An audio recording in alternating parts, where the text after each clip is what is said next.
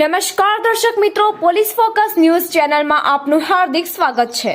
હવે એક નજર આજના મુખ્ય સમાચાર પર। 78માં સ્વાતંત્ર્ય પર્વની આન બાન શાંતિ ઉજવણીની તૈયારીઓ વચ્ચે સમગ્ર છોટાઉદેપુર જિલ્લાના વિવિધ સ્થળોએ હર ઘર તિરંગા અભિયાન અંતર્ગત વિવિધ કાર્યક્રમો યોજાઈ રહ્યા છે, જે અંતર્ગત છોટાઉદેપુર શહેરમાં ભવ્ય તિરંગા યાત્રા યોજાઈ હતી।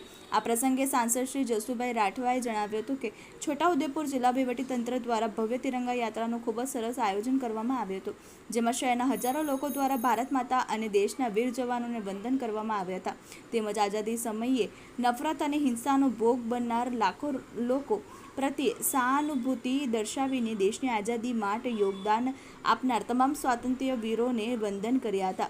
આ તિરંગા યાત્રાને સાંસદ શ્રી જસુભાઈ રાઠવા, ધારાસભ્ય શ્રી રાજેન્દ્રસિંહ રાઠવાથી જિલ્લા કલેક્ટર શ્રી અનિલ ધામેલિયા, જિલ્લા વિકાસ અધિકારી શ્રી સચિન કુમાર, જિલ્લા પોલીસ અધિક્ષક શ્રી ઇમ્તિયાઝ શેખ, તાલુકા પંચાયત પ્રમુખ શ્રી કલ્પનાબેન રાઠવાથી જિલ્લાના પદાધિકારી અધિકારીઓ દ્વારા પ્રસ્થાન કરાવવામાં આવ્યું હતું। આ તિરંગા યાત્રામાં વિદ્યાર્થીઓના ભારત માતાની થીમ આધારિત પોશાક તેમજ નગરજનો આદિવાસી પરંપરાગત પોશાક અને ઢોલ સાથેની સાંસ્કૃતિક રજૂઆત આકર્ષણનું કેન્દ્ર બની હતી।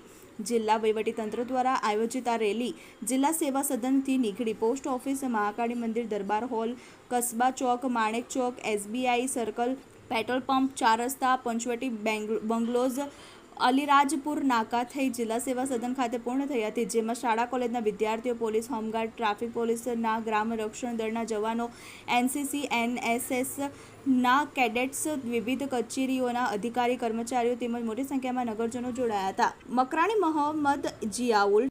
મિત્રો, આવા જ અવનવા સમાચાર જાણવા માટે અમારી ચેનલને લાઈક કરો, સબસ્ક્રાઇબ કરો અને બેલ આઇકોન પર પ્રેસ કરો, જેથી અમારી ન્યૂઝની બધી જ અપડેટ આપને મળતી રહે।